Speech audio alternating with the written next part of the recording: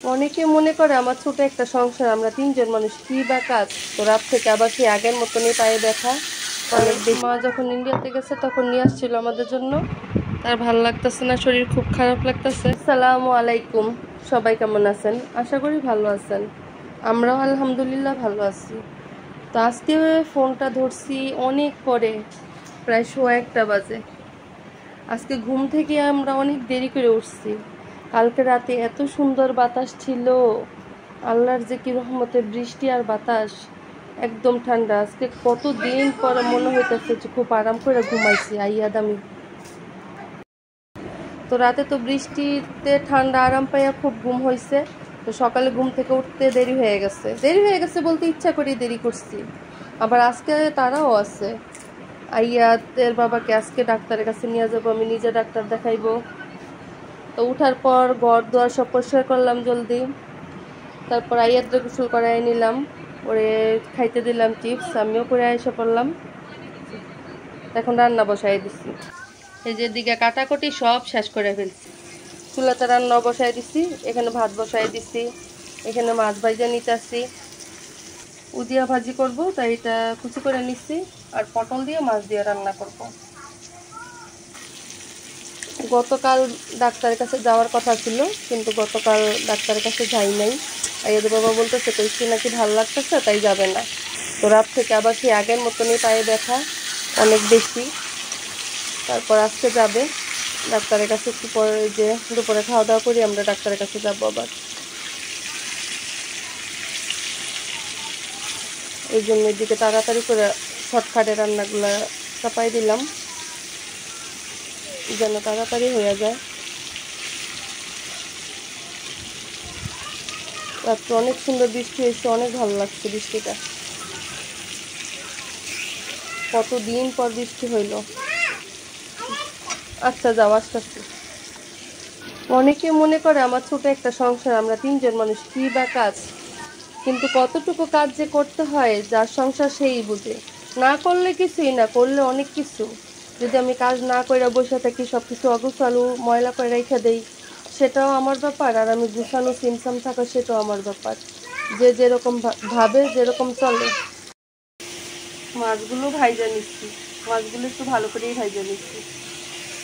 আর এদিকে ভাত তো বলক হইতেছে।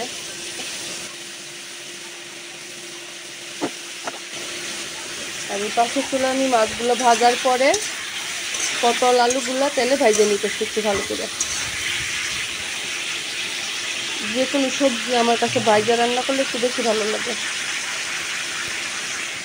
আর এই পেঁয়াজ কাঁচামরিচগুলো কাইটা নিচ্ছি, আলু পটলগুলো ভালো করে ভাইজে নিলাম, সাথে এখন পেঁয়াজগুলো দিয়েও ভাইজে নিতেছি। এখন মশলাগুলো সব দিয়ে দিব, মশলাগুলো দিয়া একটু পানি দিয়ে কষাই নিচ্ছি ভালো করে। আলু পটলগুলো কি করো তুমি, রাখো এটা, আমি তোমারও দিয়ে দেবো। কি করবা?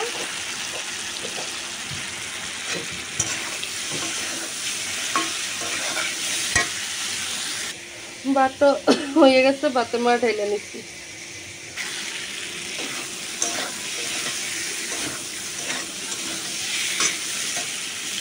এখন ঝোল দিয়ে দিব।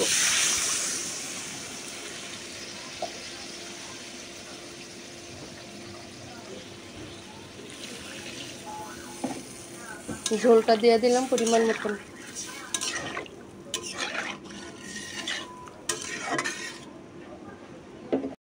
তরকারিটাও ভালো করে বলক হয়ে গেছে, এখানে মাছগুলো দিয়ে দিব সব।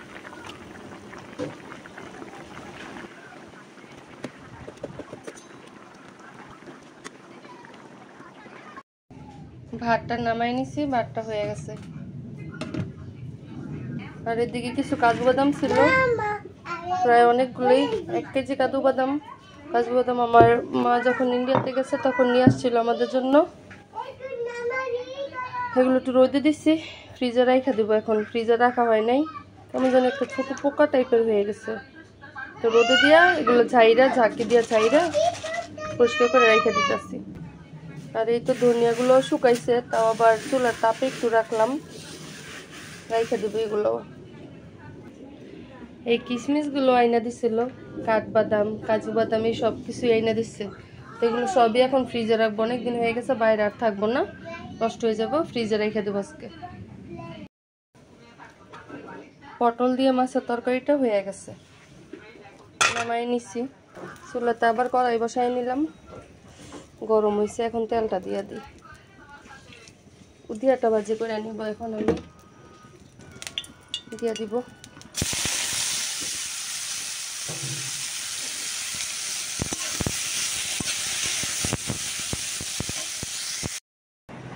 করলা ভাজিটা হয়ে গেছে, নামাই নিছি। তো এখন ভাত বাইরে নিব, আমরা ভাত খাইয়া নিব তাড়াতাড়ি। ভাতটা বাইরে দিই।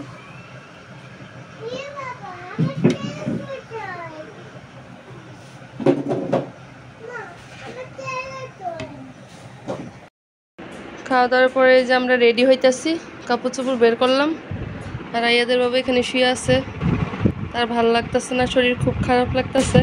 এখানে আইয়া ধরে এখন রেডি করে দিব, খুব তাড়াতাড়ি ফাস্ট কাজ করতেছি। আমরা হসপিটালে চলে আসছি, ডাক্তারের চেম্বারে ডাক্তারের জন্য অপেক্ষা করতেছি।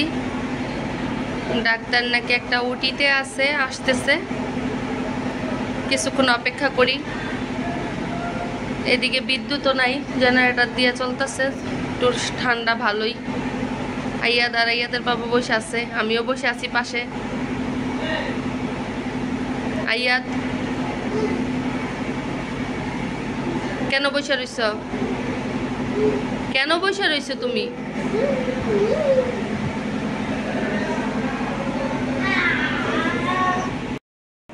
এই তো হসপিটাল থেকে ডাক্তার দেখায় আসছি এইমাত্র। আইয়াদের বাবারে বাসা মাত্র আসলাম।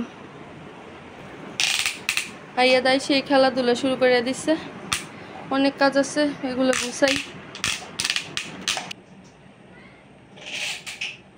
নিয়ে আসছি অনেকগুলো লেবু শরবত খাওয়ানোর জন্য, তো লেবুগুলো ঢাইলা নিলাম। ব্যাগে নিয়ে আসলে লেবু আসলে একটু অন্যরকম হয়ে যায়, কিন্তু লেবুগুলা খুব ভালো, অনেক সুন্দর গ্রান, কলম্বো লেবু সবগুলা।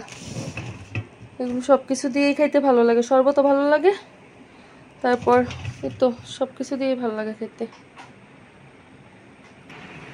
আইয়াদকে এখন কাপড় চোপড় চেঞ্জ করে দিব, ফ্রেশ করে দেব, আমি নিজে ফ্রেশ হইব, ব্যাগ এগুলা গুছাইব। আইয়াদ বাবা আসো, কাপড় খুলে দেয়, পাতলা কাপড় পরাই দেই, সুন্দর একটা কাপড় পরাই দেই দেই। গরম পানি বসাইলাম চুলাতে। আজকে 1 কেজি আটার পরোটা বানাইয়া ফ্রোজেন করে রাখবো, তো একটু গরম পানি করে নিলে ভালো হয়। পরোটাটা সফট হয় অনেক, খুব বেশি একদম কাই করব না, একটু গরম করে তারপর আটাটা মাখবো। এইখানে 1 প্যাকেট আটা আমি পুরোই নিব, 1 কেজির। আবার এই প্যাকেটে কিছু রয়ে গেছে, ওইটা দিয়ে আমি রুটিগুলো বেলে নিতে পারবো।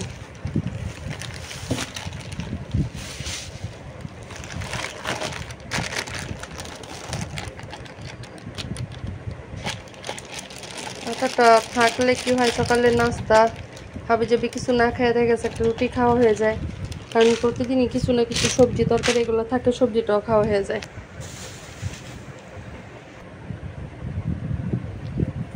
এখানে আমি দেব পরিমাণ মতো লবণ,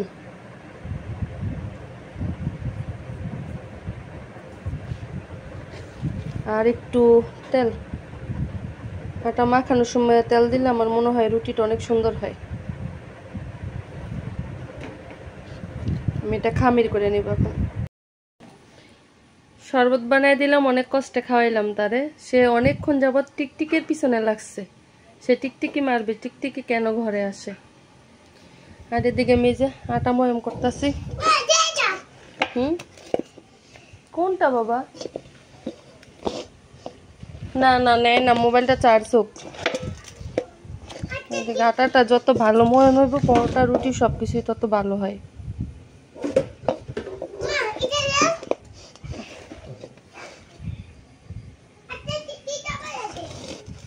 আটাটা ময়াম দিয়ে আমি রুটিটা করে নিই। সবগুলা রুটি এখানে বানিয়ে নিছি।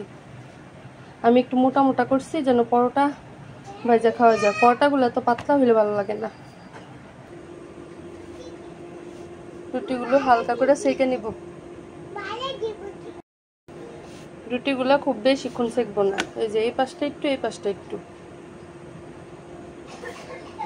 এরপর এই যে নামাই নিব। একটা কাপড়ের মাঝে নামাই নিলাম যেন না ঘামে। এভাবে সব কটা রুটি ভেজে নিব। আমি সবগুলো রুটি আচ্ছা এভাবে এই যে সেঁকে নিতেছি অল্প অল্প করে। আরো কিছু বাকি আছে। আর এদিকে এই যে আয়াত খেলতেছে। বাকি রুটিগুলো এইভাবে সেঁকে নিব।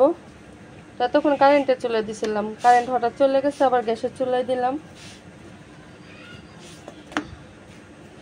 বাইরে প্রচন্ড বাতাস শুরু হয়েছে, মনে হইতেছে আবার বৃষ্টি হইব, হয়তো এই জন্য কারেন্টটা চলে গেল। বাইরে অনেক বাতাস হইতেছে।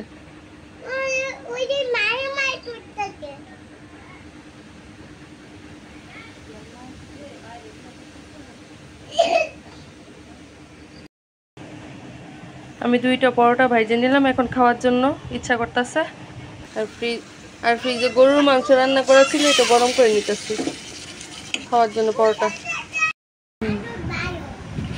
বাইরে প্রচুর বাতাস, আর এদিকে আমি গরুর মাংসের ঝোল আলু দিয়া পরোটা খাই।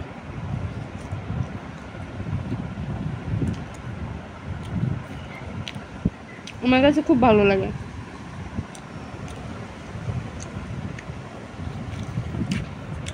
রুটি দিয়া গরুর মাংস থেকে আলুটাই বেশি মজা, আর ছোটো আলুটা অনেক বেশি স্বাদ।